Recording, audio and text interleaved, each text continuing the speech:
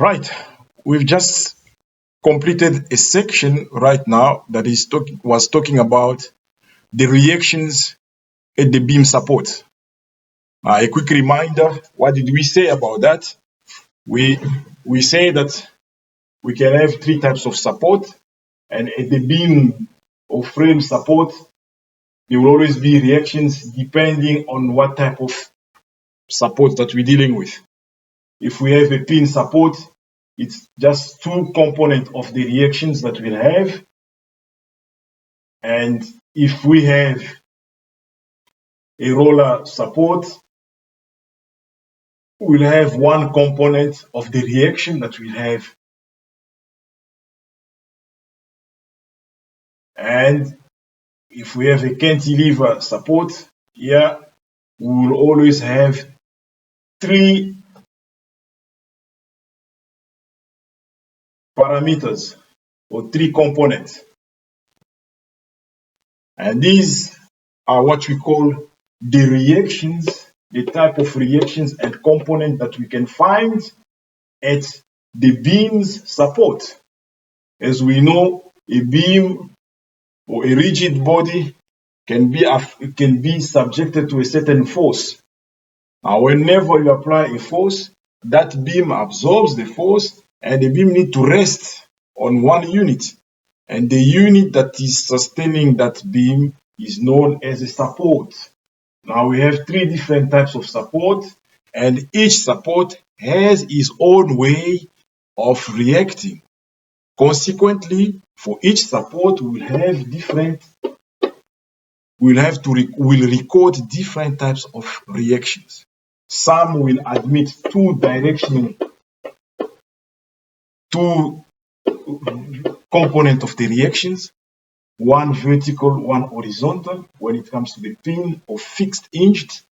One only component of the reaction when we have a sliding hinge support or roller support, and two plus the moment when we have a fixed, known also as a cantilever support. Now, this was the content of what we've just covered, and we need to have a picture of what we're talking about. We started with the forces in the previous unit. We covered all the elements related to the forces, but those forces are acting on rigid bodies, those rigid bodies or deformable bodies, even on fluid. Now, whenever a force is applied on a deformable body, on a rigid body, that force will induce a moment, a turning effect. Therefore, the force is not about to create a tension when it comes to pulling or to create a compression when it comes to pushing, but the force creates also a turning effect, which is a moment. These are the three aspects that forces can create. Now, whenever there are these three, the consequences are such that the rigid body, the beam, the fluid will be subjected either to a deformation, and that deformation can be temporary or it can be permanent. Either there could be a failure if the load is greater than the resistance that the support is applying toward the load, or else there could be what we looking for. It's if we don't have deformation, if we don't have failure, we always look for the best option, which is the equilibrium. And the equilibrium can be possible if we can comply to these three equations. If we comply to these three equations, then we have what you call the equilibrium, which is the state of balance, which reflects the stability. Now, having covered this, we've spoken about the beams support when they are loads. Now, let's talk now about the beams themselves. We can talk about, and next session, we'll talk about different types of loads, so that we'll be covered on the type of beams, the types of load, and the type of support. Now, let's talk about the beams. What is a beam? How do we define a beam? As already we've spoken about the support, we should be able to easily understand the definition of a beam. As we can see from the previous session, the beam is always under applied forces. There always be forces that are subjecting the beam while the beam is resting on a support. And at the support level, that way the reactions are taking place. We need to have a force acting on the beam. We need to have a load that is subjecting the beam. And then at the support, that way we have a reaction. Now, depending on the type of support, as we've said, we can have two components of the reactions. When it's a pin support, we can have one component of a reaction if it's a roller support or slide hinge support, or else you can have two components of the support at the moment when it comes to a cantilever beam. Now let's talk about another concept, something that is very important. It's the beams. What is the definition of a beam? How do we define a beam? A beam, as we've seen in the previous session, we can easily understand what is a beam. A beam is defined as, first of all, an element of a structure or a unit of a structure. Element of a structure. A word that needs to be defined here is structure. For engineers, what is a structure? When we use the word structure, we need to have a definition, an appropriate definition. It's a technical word that has its own definition for engineers. A structure is known as a setup made with different beams, made with different elements, and that structure receives a certain load. And when it receives the load, it's also transmitting the load to a support.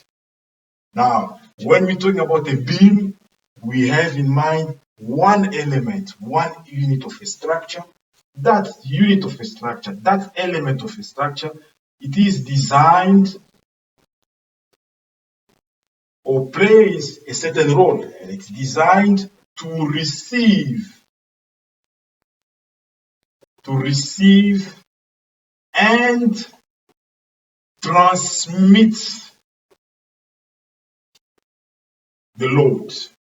The load here is the force, the applied force that is subjecting that beam. A beam is just a unit of a structure. When we're talking about a structure, in the next sessions, we'll define properly a structure, but we need to remember that a structure is a complex setup. For civil engineers, it's a complex setup that can be made with a beam, with beams, with slabs, with columns. And that complex setup receives also the load and transmits the load. But in that complex setup, which is a structure, we can take one element. There's an element of that structure, a very important element, which is known as a beam. And a beam is just an element of a structure in that complex setup that receives the load and transmits the load receiving and transmitting the load. Obviously, the loads are transmitted. We have many loads or one load are transmitted to the support, as we said, because support are there to absorb or to sustain the effect of the load. Now, whenever we have an element of a structure that is mostly placed horizontally, and sometimes you can have beams that are inclined on a structure or horizontally, mostly they are horizontally, even vertically, but we find them horizontally generally or inclined a bit. Generally, that unit of a structure takes the name of a beam. It's on the structure, it plays a key role, an important role of always receiving the load and transmitting the load to the support in order, that's where we need to remember, in order to keep the equilibrium or the stability. It's not only about receiving the load and transmitting them, but receiving the load, transmitting them to the support in order to keep the stability or the equilibrium. Now that is a beam. Now we always need to remember also that a beam is known also as, or it's characterized by the fact that it's a two-way member, a two-way force member of a structure. What does it mean? It means that whenever we have a beam will always, because it's a two-way force, will always be subjected by a tension and a compression. Whenever we have a beam on a unit of a structure, a beam will always be having these two efforts within itself. It means if I'm applying a load here, what's going to happen? The fibers that are on top will take a certain deflection, and the fibers that are also on the bottom will follow the same trend. But what takes place? The fibers on the higher level of the beam will be in tension. You can see that these fibers, when we are applying this load, the fibers here will be in tension, while the fibers at the lower level will be subjected to a compression. There will be a compression here, while the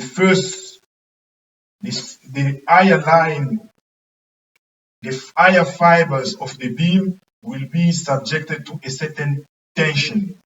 It means in one beam, when load are applied, the beam will be subjected by the same time by a compression and a tension. The fibers, if this is my beam, apply a load here, here, and here, wherever I can apply, this beam will take a certain deflection. By taking a deflection, the fibers on top are being stretched, and the fibers at the lower level are being contracted. Therefore, in one unit of a structure, which is known as a beam, we'll always have a combination of these two efforts, tension and compression, while this beam is part of a structure. We need to remember that very well. But the most important to know is the definition of the beam. Unit of a structure designed to receive and transmit the load in order to keep the equilibrium of a structure. Remember that the equilibrium of the structure or of the frame of the beam, whatever it could be. It's extremely important to keep in mind this definition, because the beam is one of the most important units of a structure. That's the reason why we're learning it now, because the beam is the most important, one of the most important of a structure. As I've said before, a structure can be made with beams. You can find beams, you can find slabs, you can find columns. Now we're focusing more on beams for now. It's a specialized subject. You will touch the slabs and the columns and being able to design the beams, to design the slabs and the columns. But for now, we have our focus on the beams because of the fact that the beam is one of the most important units of a structure. We find more beams on structures than columns. We find more beams than slabs. Therefore, the beams plays a very, very critical role on a structure. Now, what is a structure? Again, repeating, the structure is a complex setup which can be made up with beams, slabs, and columns. But it's a complex setup which is made in a certain configuration, receiving the load, transmitting the load to achieve a certain objective. Now, as I'm saying, to achieve a certain objective, it means whenever we have a structure, the structure has a certain objective. It's made up, it's a complex configuration made up with all these units to achieve a certain purpose. For example, a structure can be a bridge. A bridge is there to achieve a certain purpose. A structure can be a roof or a truss. A truss is achieving a certain purpose. A structure can also be a building. Everybody knows what is a building. It's for achieving a certain purpose. Now, all these, there could be many examples. These are structures. And on these structures, you're definitely going to find beams. Some of them you find slabs, you even find columns. Now, that configuration, that complex configuration, that is made up of all these units of structures to achieve a certain purpose, it's a structure. But in that structure, there's one element which is extremely important, and very important, not very important than other elements, but it's very important. That element is known as a beam. And a beam has a role that is playing, receiving, transmitting the load in order to achieve the purpose of the equilibrium or the stability of a structure. Now, let's talk about the classifications.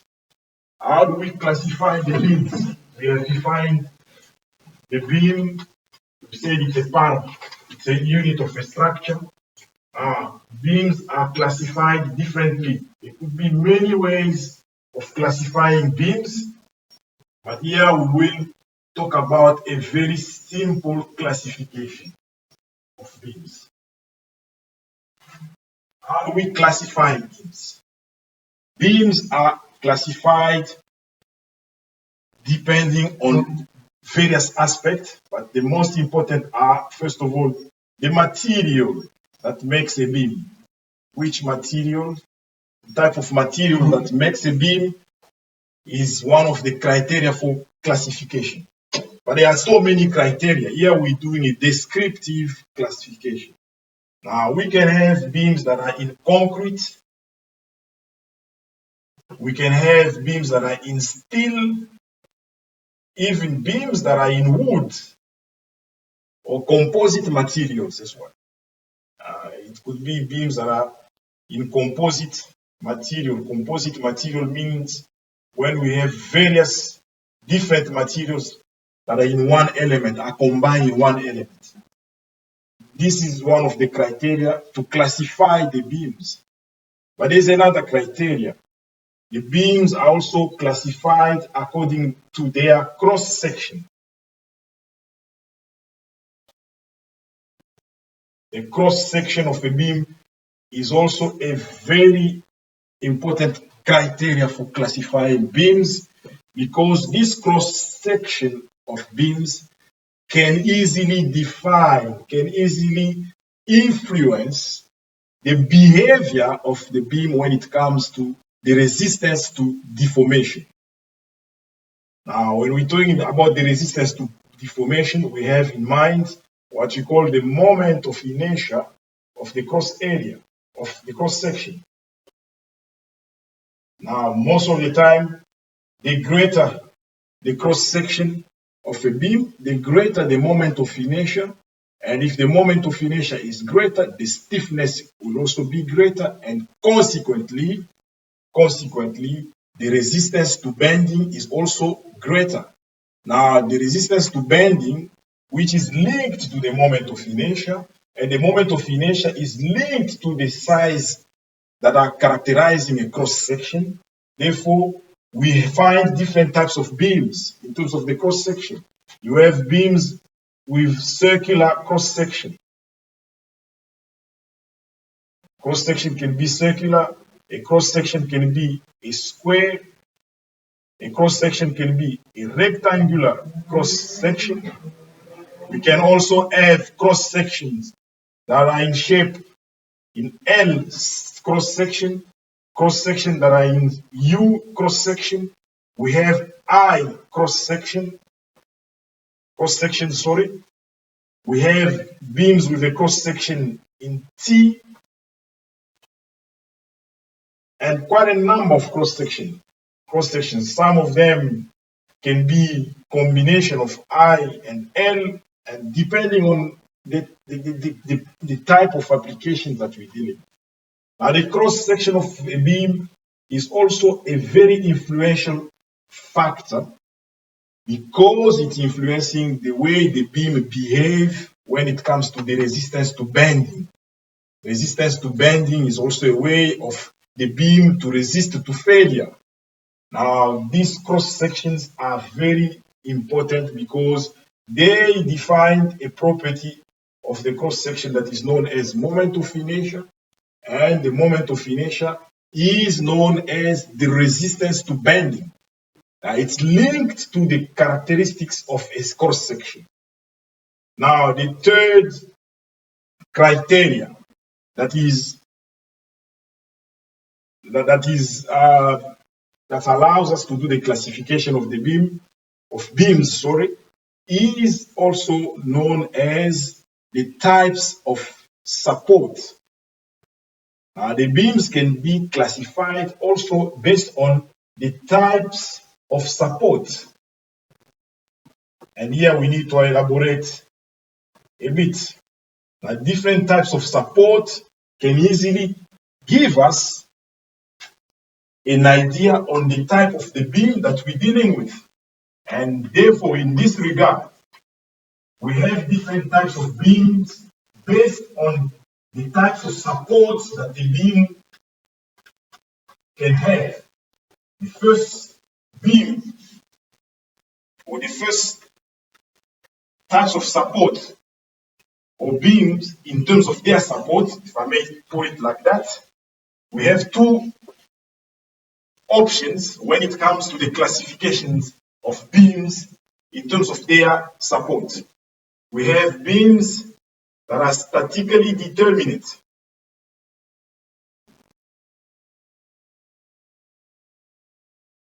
Beams that are statically determinate, and we have spoken about this term, statically determinate. And we also have beams that are statically indeterminate. And this is a way of classifying beams based on their support. Statically determinate beams and statically indeterminate beams. Now, the statically determinate beams, before we give the list of different types of beams based on their support, we just need to redefine again what do we mean by statically determinate beams. Statically determinate beams are beams that can be solved by using the equation, the static equation of equilibrium. There's a word statically in which we find the word static. Now, the static equation of equilibrium can be used to solve statically determinate beams. Why? Because on statically determinate beams, we can only have 3 unknowns or less.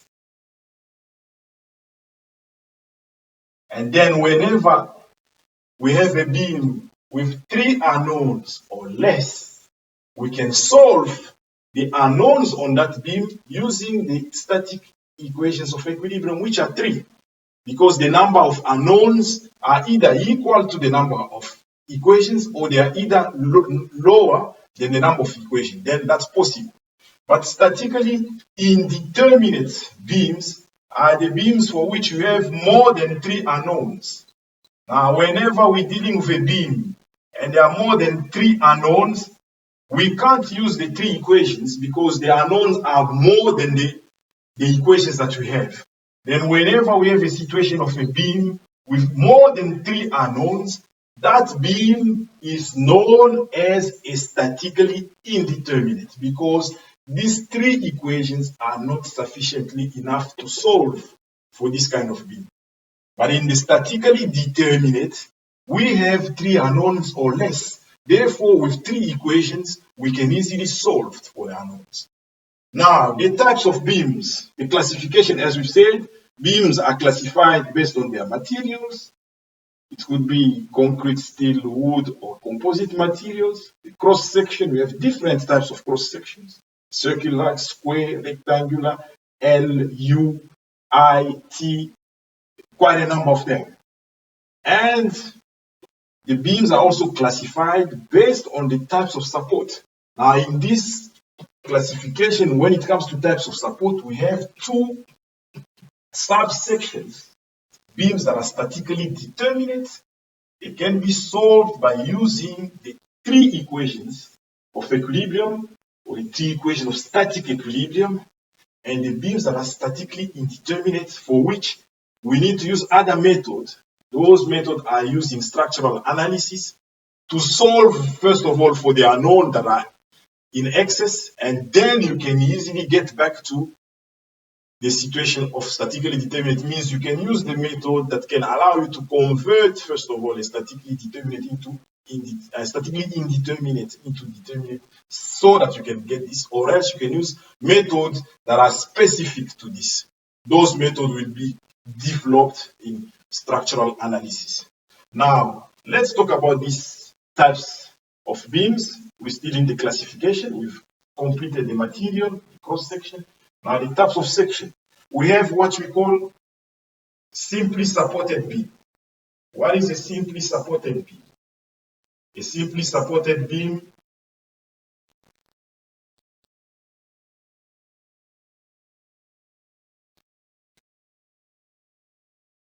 is a statically determinate beam on which the beam is resting on two supports.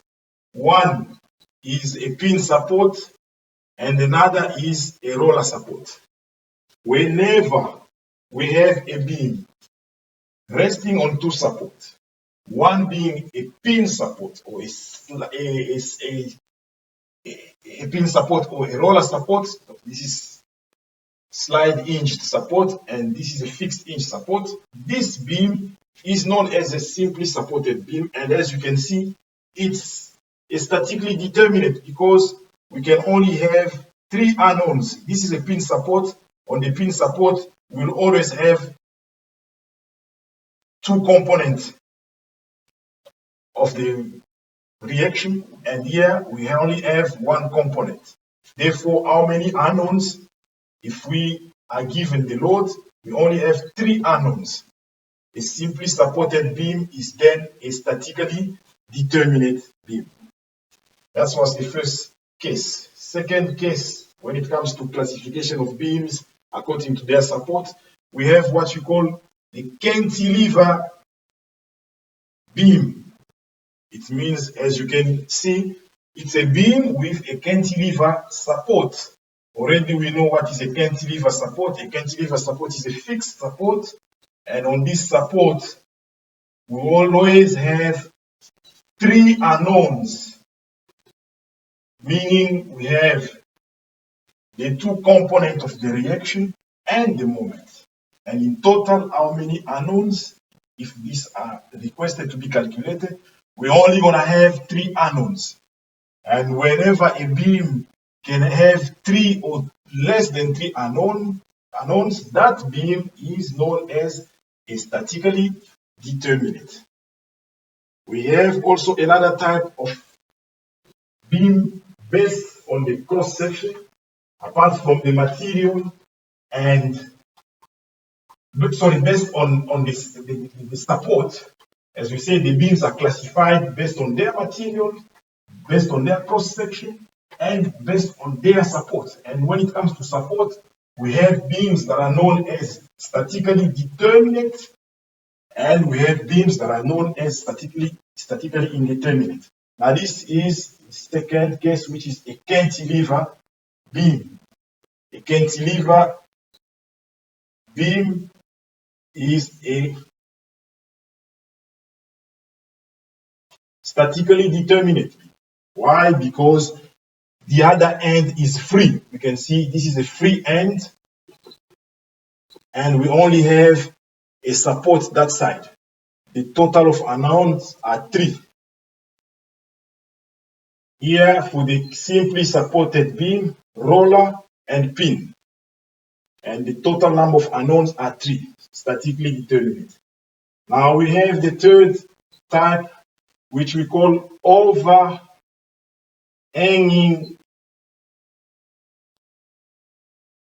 beam. Here we can have overhanging beams which are statically determinate. We can also have overhanging beams which are statically indeterminate. Now let's take the case of overhanging beams which are first of all statically determinate. Overhanging, it means we have what you call single overhanging and double overhanging. Single overhanging can be a situation like this. There's a word, the key word is overhanging. It means we have a support here and we have another support here, a roller support. There's a portion of the beam that is outside of the zone on which the support can be placed. Now, in this case, as you can see, we have a pin support and a roller support, and a portion of the beam that is beyond the zone where there are two support. This is a single overhanging and single overhanging at the right. We can also have a single overhanging at the left, statically determinate. This is at the right. We can also have it at the left. The left means whenever we have a beam with a portion of the beam, that is outside of the zone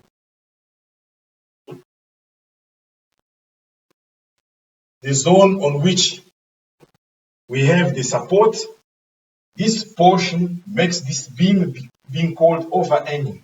Single overhanging either at right, overhanging at the right, overhanging at the left. And here, because we have two support, roller support and pin support, it's obviously a statically determinate. We can also have a double overhanging, statically determinate. So far, we're dealing with statically determinate. We have a roller support and a pin support. And beyond the zone where we have the support, we have portions of beams that are hanging. Here is a portion of the beam that is hanging at the right. We call it overhanging, single overhanging at the right, single overhanging at the left. This is double overhanging. And as you can see, these are statically determinate. But you can also have overhanging with statically indeterminate. It means you can have a situation like this. Two pin support. It can be double overhanging, but statically determinate because these are pin support and the number of unknowns will have 4 of them. We can have also a overhanging which is statically indeterminate, single or double. Here we're dealing with statically determinate because the number of unknowns are 3. But overhanging can also be like this. As I'm saying, you can have a pin support here and another pin support here. And pin support, as we know, there are 2 unknowns for each. 2 unknowns. Here we have 4 unknowns. It's an overhanging, but an overhanging that is statically indeterminate. Now, for overhanging, we need to be aware of that. We can have single, double, either statically determinate or statically indeterminate. Now, the fourth category or the fourth types of beam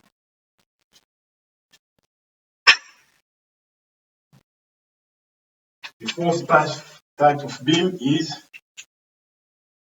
what we call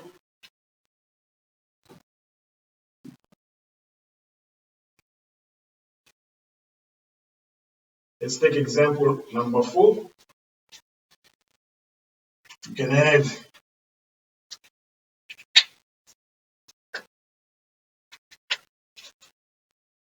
a fixed end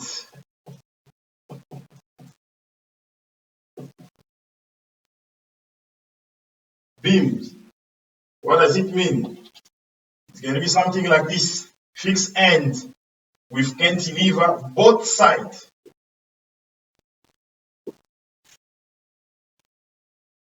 How many unknowns here? We have the horizontal component, vertical component, and the moment.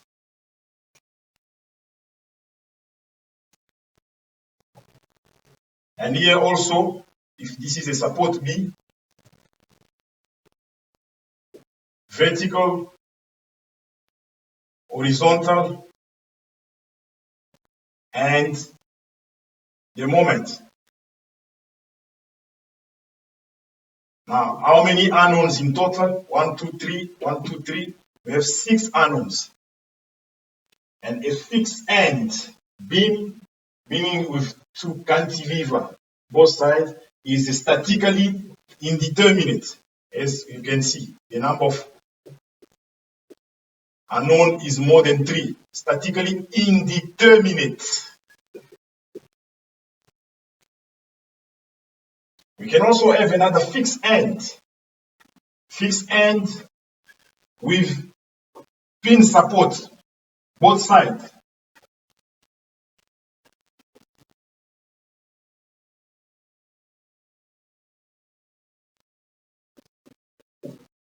Only pin support or fixed hinge support. Here again, if this is support A, this is support B, we'll have 2 unknowns on support A, 2 unknowns on support B, and the total of unknowns are 4. And this is also a statically indeterminate beam. Statically determinate is simply supported, overhanging, but we need to be careful about it as well. And cantilever with one end that is free. When we have both side cantilevers, the number of unknowns becomes more than 3. Therefore, our beam becomes statically indeterminate. Another type of beam, and this falls under the category of statically indeterminate, is what we call a continuous beam.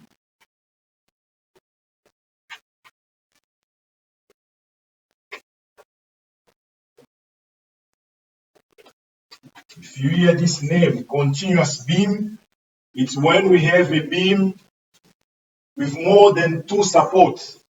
We have maybe a pin support here, a roller support here, another roller support here, another roller support here.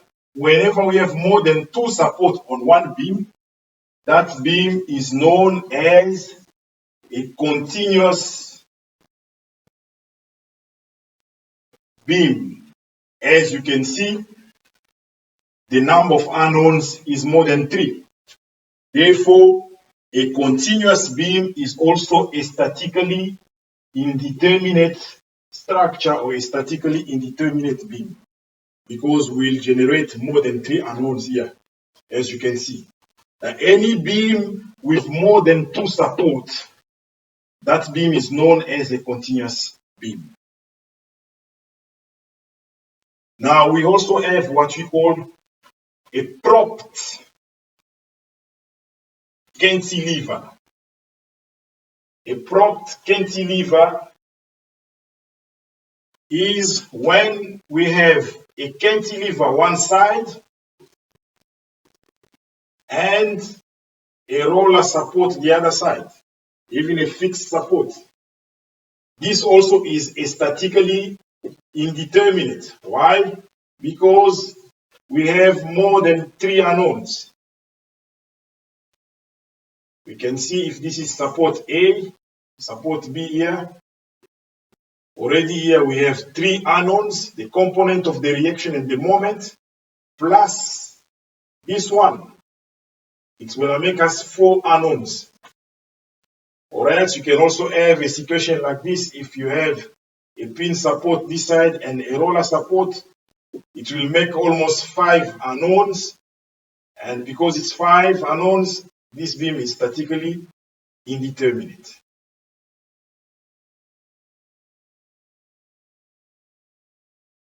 Now we need to recap and remember all these types of beams very well. We have beams can be classified based on their materials. You find beams in steel. Beams in steel, you find them on the trusses, on the bridges. Beams in concrete, you find them on the buildings, on houses. Beams can also be classified based on their cross sections.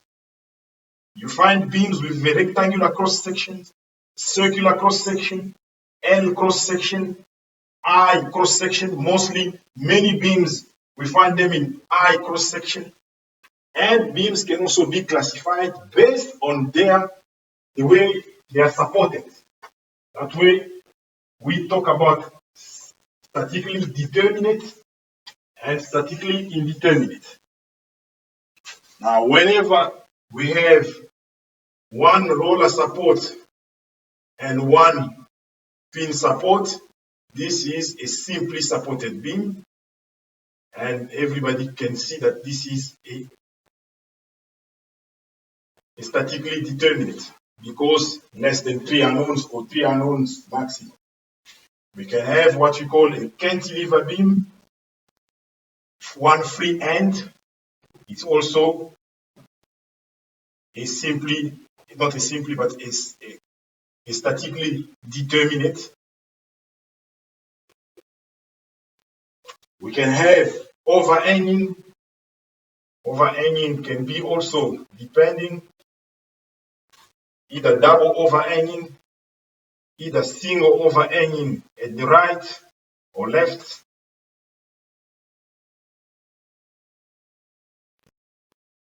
And we can have overhanging that are statically determinate and overhanging that can also be statically indeterminate. How do we find out that it's statically determinate or indeterminate? We've said it before.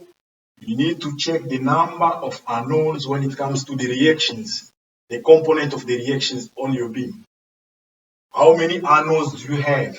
If the unknowns are 3 or less, then that is statically determinate. But if the unknowns are more than 3, that is statically indeterminate. And how do we know the unknowns? Just check each type of support that you have, and we know the characteristic of each support. The pin support has got 2 unknowns, the roller support has got 1 unknown. And the cantilever, we only not have the component of the reactions, but we also have the moment. Now, another type of a beam is the propped cantilever, which can be one side cantilever and one side roller or pin support. We can have also fixed ends, which is made with cantilever both sides. These are statically indeterminate. Fixed ends, which are made with pin support both sides, statically indeterminate as well. Continuous beam, here it's when we have more than 2 supports on a beam, and that beam will take the name of a continuous beam. This is an overview of the types of beams when we talk about the classification based on their support. Now, the next subsection will deal with the different types of loads. We've spoken about the beams, we've spoken about the support.